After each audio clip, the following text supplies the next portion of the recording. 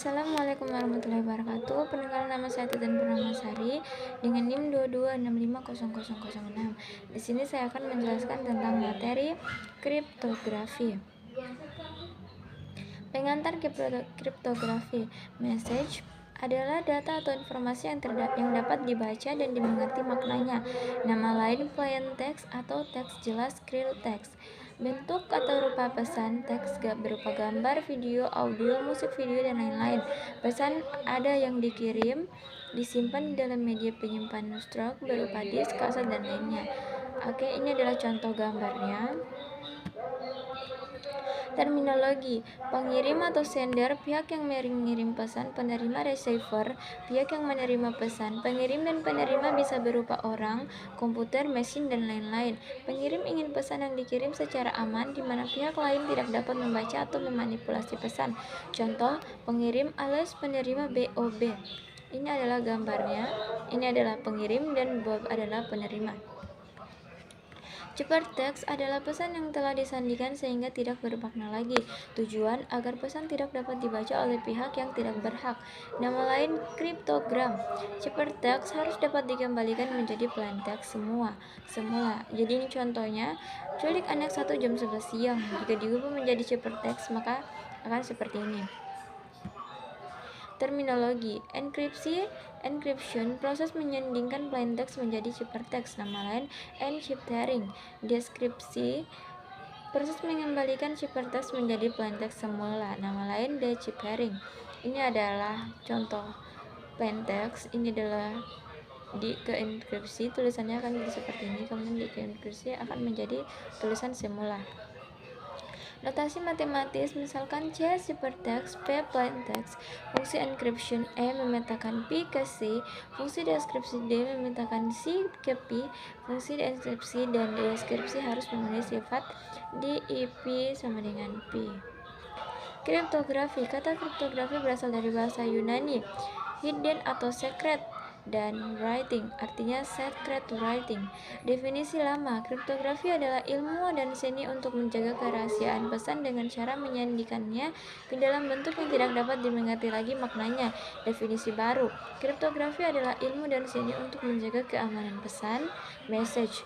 Algoritma kriptografi, aturan untuk enchiffering dan deciphering atau fungsi matematika yang digunakan untuk enkripsi dan deskripsi pesan. Terminologi kunci key. Kunci parameter yang digunakan untuk transformasi enchiffering dan deciphering.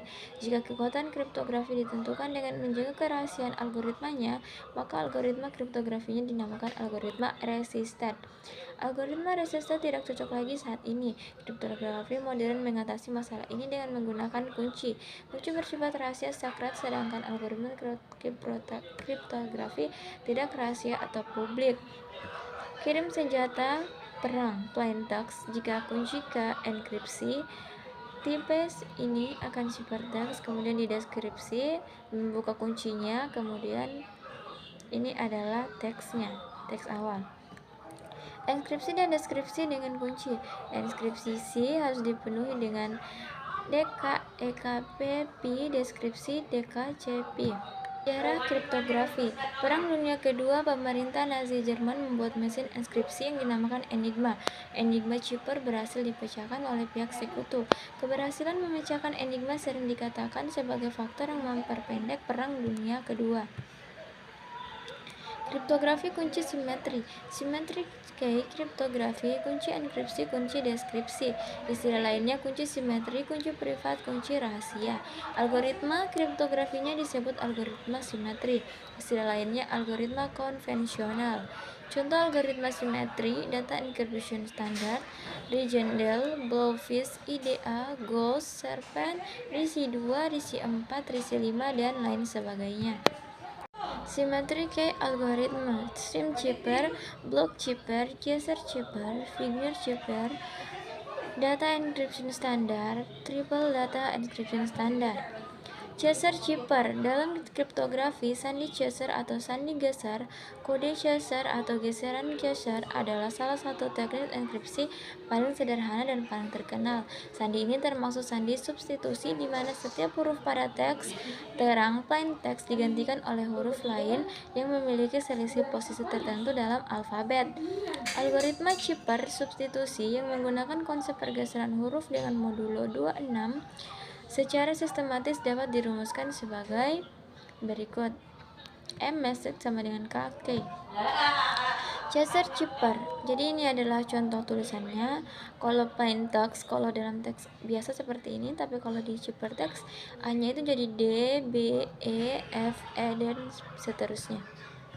Wigner-Schipper adalah suatu algoritma kriptografi klasik yang ditemukan oleh Giovan Battista Belaso. Beliau menuliskan metodenya tersebut pada bukunya yang berjudul La Cifra del SIG Giovan Battista Belaso pada tahun 1553. Nama Wigner sendiri diambil dari seorang yang bernama Blaise de Wigner. Nama Wigner diambil sebagai nama algoritma ini karena beliau menemukan kunci yang lebih kuat lagi untuk algoritma ini dengan metode AutoChipper, meskipun algoritma dasarnya telah ditemukan lebih dahulu oleh Giovan Battista Belaso. Teknik ini menggunakan tabel bujur sangkar yang berisi kombinasi dari plain text pada kolom serta kunci pada baris. Kombinasi keduanya akan menghasilkan chipper pada baris dan kolom. Cara kerja Wigner-Schipper. Langkah awal adalah tuliskan plain text yang ingin dienkripsi dengan menghilangkan spasi antar kata. Hal ini untuk mempersulit orang untuk menebak dari plain text tersebut. Contoh, belajar rekayasa internet dengan menghilangkan spasi, maka akan seperti ini. Pilih kunci key yang akan disepakati oleh pengirim serta penerima. Contoh, key tag.com. Susunlah plain text dengan kunci sebagai berikut. Jadi contohnya adalah seperti ini.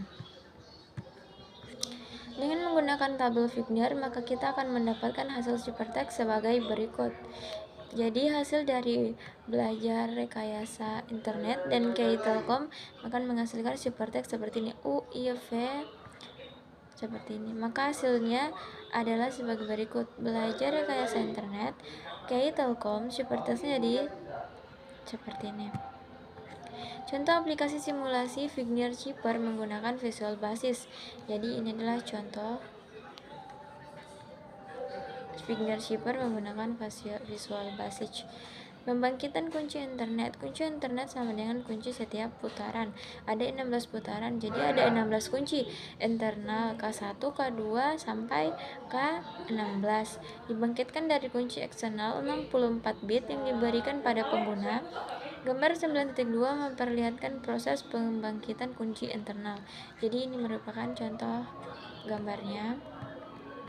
Implementasi DES sudah diimplementasikan dalam bentuk perangkat keras.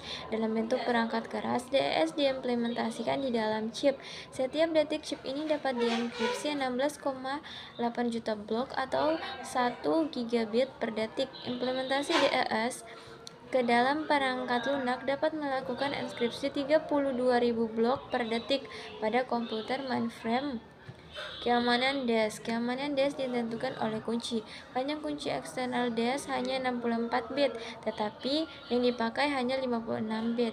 Pada rancangan awal, panjang kunci yang diusulkan IBM adalah 128 bit, tetapi atas permintaan NSA, panjang kunci diperkecil menjadi 56 bit.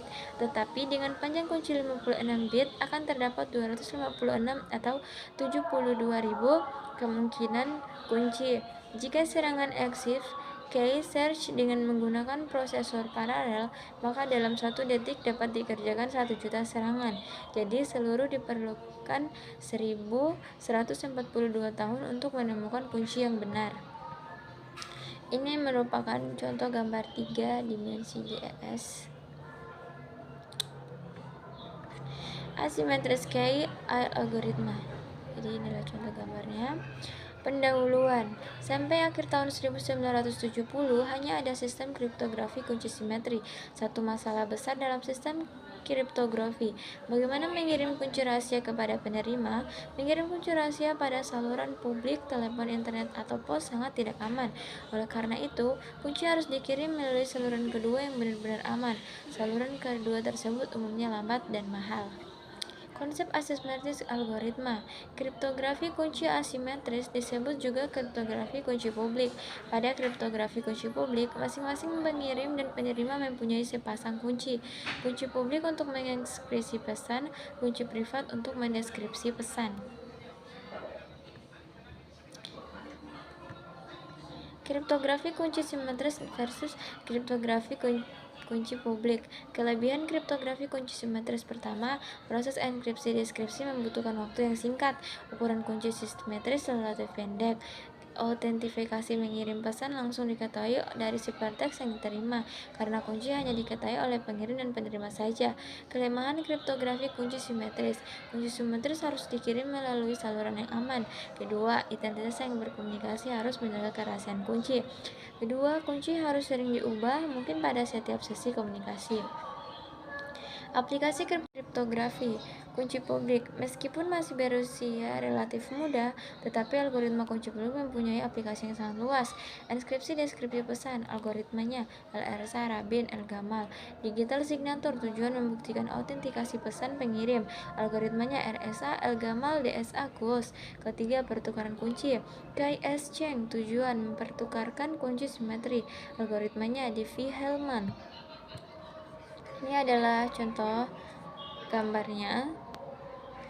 Ini dalam bentuk key generation, ini dalam bentuk encryption ciphertext, dan ini dalam bentuk deskripsi teks. Ini adalah rumusnya. Oke, sekian dari saya. Apabila ada lebih dan kurangnya mohon dimaafkan. Wabillahi taufiq wal hidayah. Wassalamualaikum warahmatullahi wabarakatuh.